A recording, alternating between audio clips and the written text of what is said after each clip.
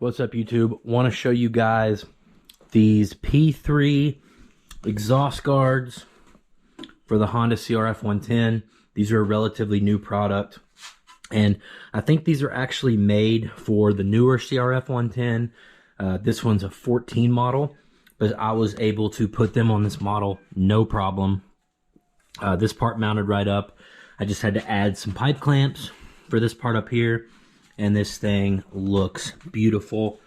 You can see there is comparative to the stock one.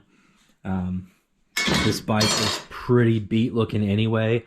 I'm about to do plastics and graphics and all that stuff anyway, but yeah, this, like, I just can't stop looking at it. I love it. So the only thing I might do is I might try to get the back of this pipe guard off and paint it black or something, because it's in pretty rough shape. But there's a bolt back here.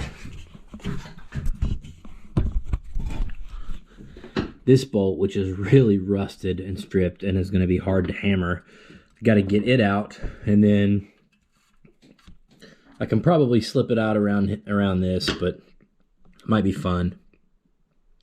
This thing was just, it was rode hard and put up wet before I got it, guys, and that's how I got such a good deal on it from a buddy. And you know, I've done a few things. I think I did the BBR shifter. You know, I put a chain, sprockets, a tire, a tube.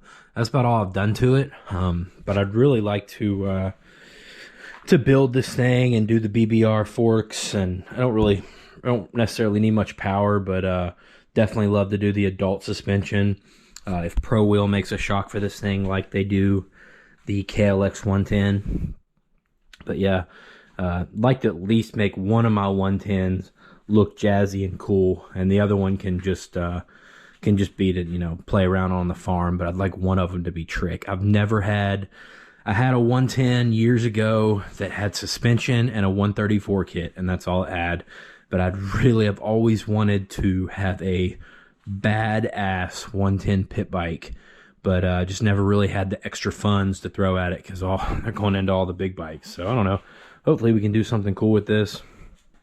I don't know if you guys remember my KLX 110, but it's kind of the same situation. Picked it up for $300. That CRF I think I got for $500.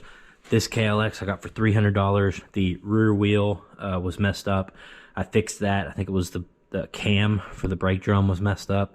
So I fixed that. I spray painted it gray, and it actually doesn't look bad for spray paint.